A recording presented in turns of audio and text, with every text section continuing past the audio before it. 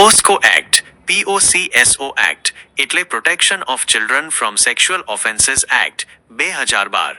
The protection of children from sexual offences act 2012. ગુજરાતીમાં તેને જાતીય ગુનાઓથી બાળકોનું રક્ષણ અધિનિયમ 2012 તરીકે ઓળખવામાં આવે છે. આ કાયદો 19 જૂન 2012ના રોજ ઘડવામાં આવ્યો હતો અને 14 નવેમ્બર 2012મી અમલમાં આવ્યો હતો. આ કાયદાનો મુખ્ય હેતુ બાળકોને જાતીય હુમલા, સેક્સ્યુઅલ અસોલ્ટ, જાતીય સતામણી, સેક્સ્યુઅલ હરેસમેન્ટ અને પોર્નોગ્રાફી જેવા ગુનાઓથી બચાવવાનો. આવા ગુનાઓની સુનાવણી માટે વિશેષ અદાલતો, સ્પેશિયલ કોર્ટ્સની સ્થાપના કરવી. બાળકના હિતનું રક્ષણ થાય તે સુનિશ્ચિત કરવું. મુખ્ય જોગવાઈઓ. બાળકની વ્યાખ્યા.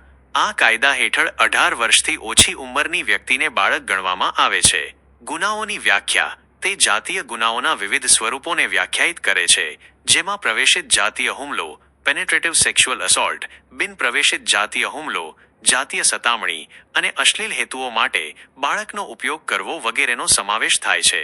સજા. આ કાયદા હેઠળ જુદા જુદા ગુનાઓ માટે અલગ અલગ સજા નક્કી કરવામાં આવી છે.